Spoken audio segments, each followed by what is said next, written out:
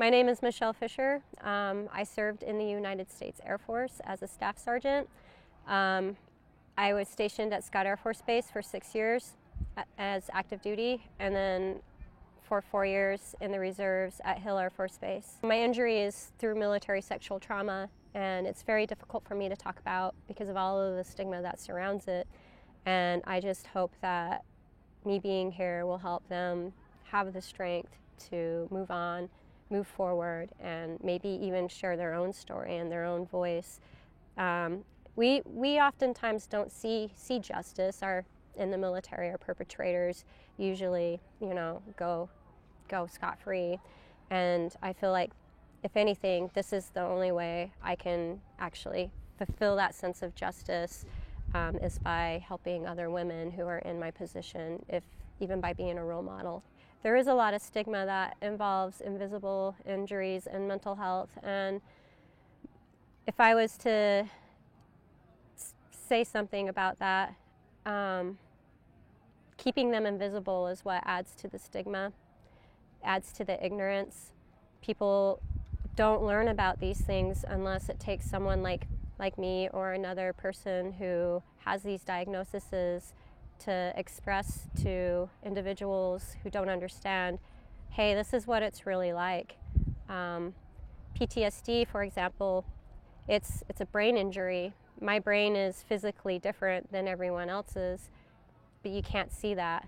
And when I explain that to people, I see that light in their eyes where it makes sense that, yeah, this is real.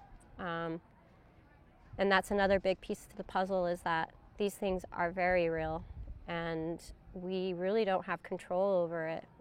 We try to medicate, we try, rec therapy, but I'm always going to have PTSD for the rest of my life, and it's really important to be aware of that and to do our best to help each other out and to be supportive towards these mental health illnesses. I had a substance abuse problem. I started self-medicating with alcohol as soon as I got back from Iraq. And it escalated to the point where I needed inpatient treatment at the VA, which was really great. And that got me involved with rec therapy programs. And I had about 2 months of sobriety under my belt. And I volunteered for Wasatch Adaptive Sports Trail Crew program. And I met Josh Hansen. And he had just returned from the 2014 W100, and he had his bike, and he was getting ready to do a bike race, and he was showing me his bike, and I was just like, wow, this is a program? Like, you volunteered and got chosen to do this? I like mountain biking, and so that really inspired me to just get on the bike and pedal. So I've trained for this for 2 years. My first actual mountain biking lesson was in May of 2015, and it was Josh Karen, one of the vets that's here, him and my supervisor Jake, that gave me that lesson. And then Continue Mission helped enable that with their partnerships with nonprofits.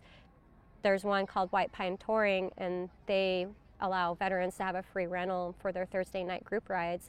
And another special thing that they do is that if you ask, hey, I need a little help on switchbacks, their guides are just amazing and let me show you some tricks. And so I just got really good leaps and bounds, and it's just been an amazing experience, and it wouldn't have ever happened without Wasatch Adaptive Sports and especially Continue Mission and Josh Hansen. I'm about 15 pounds underweight.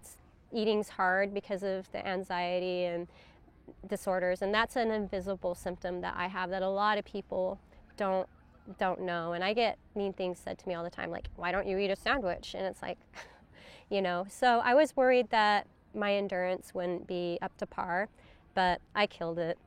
And I got to ride with the president, and so now I'm a little cocky. I'm walking around bragging to all my family. So I think tomorrow will be great. I did get to ride with President Bush one-on-one for a little bit. I was right by him, and then everyone else took a different trail for some reason, and so for about a quarter mile there I got to talk to him, and it was really technical stuff over the waterfall area, and I was just doing my thing because I like to talk. And so afterwards, he gave me a fist bump and he said, "You're coming back. You're really good." And that's one of the most validating things I've ever heard about my mountain biking experience. So I'm just on cloud nine right now and probably will be for a month.